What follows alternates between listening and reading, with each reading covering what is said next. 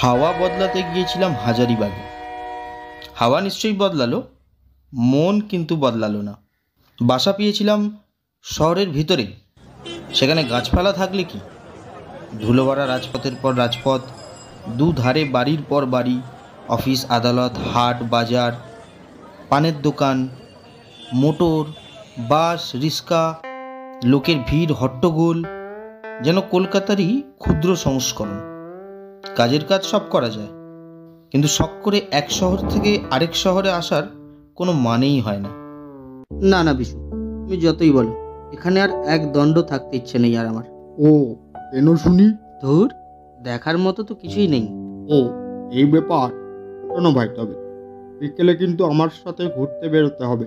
ধুলো খাবার জন্য বুঝি? সত্যিকারের হাজারিবাগ দেখার জন্য। ও বাবা, 10-12 মাইল হাঁটতে হলে পারবো না কিন্তু। মাইল 3 হাঁটতে পারবে কি? হ্যাঁ, সে পারবো। তবে প্রস্তুত থেকো, আমি বিকেলে ঠিক সময় আসবো। বিকেলে বিশুর সাথে বেরিয়ে পড়লাম। সে মিথ্যে বলেনি। মাইলখানেক হাঁটার পরেই দৃশ্য পরিবর্তন আরম্ভ হলো। তারপর যত এগোই তত বেশি মুগ্ধ হয়ে যাই।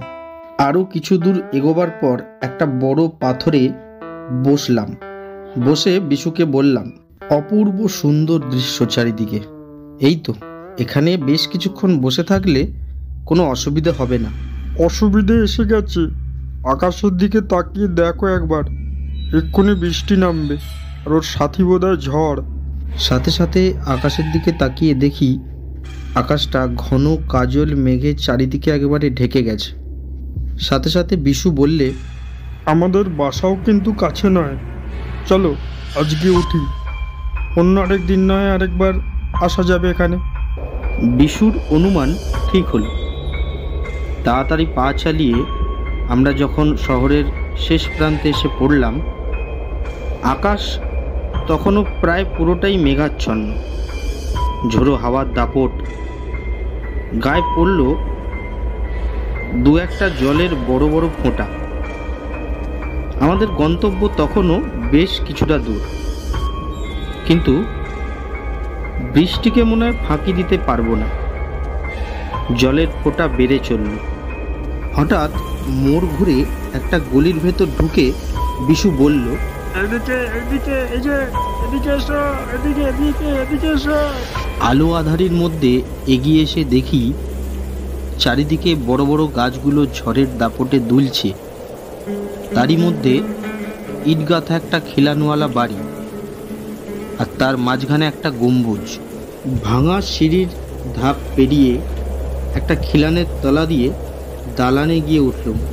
বিশু, কি এটা জানো? ভয় নেই, এটা হচ্ছে হাজারিবাগের সমাধি ভবন। কার সেটা জানা নেই, তবে এখানে কেউ থাকে না। অন্ধকারের মধ্যেই আলো আঁধারিতে ভেতরের চারপাশটা একবার ভালো করে দেখে নিচ্ছিলুম। এমন সময় পেছনে ঘুরে আমরা যা দেখলাম তা দেখে আমাদের চোখ একেবারে ছানা বড়া হয়ে গেল। এক সারহীন কঙ্কালের মাথা আমাদের দিকে ভাসতে ভাসতে এলো। সাহস কি করে হয় এখানে রাত কাটানোর?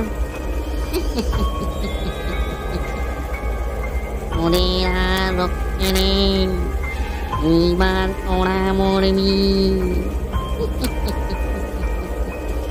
এই ভয়ঙ্কর দৃশ্য সামনে দেখে আমরা ভয় আতঙ্কে স্তব্ধ হয়ে গেলাম। আমাদের হৃদস্পন্দন যেন স্তব্ধ হয়ে গেল।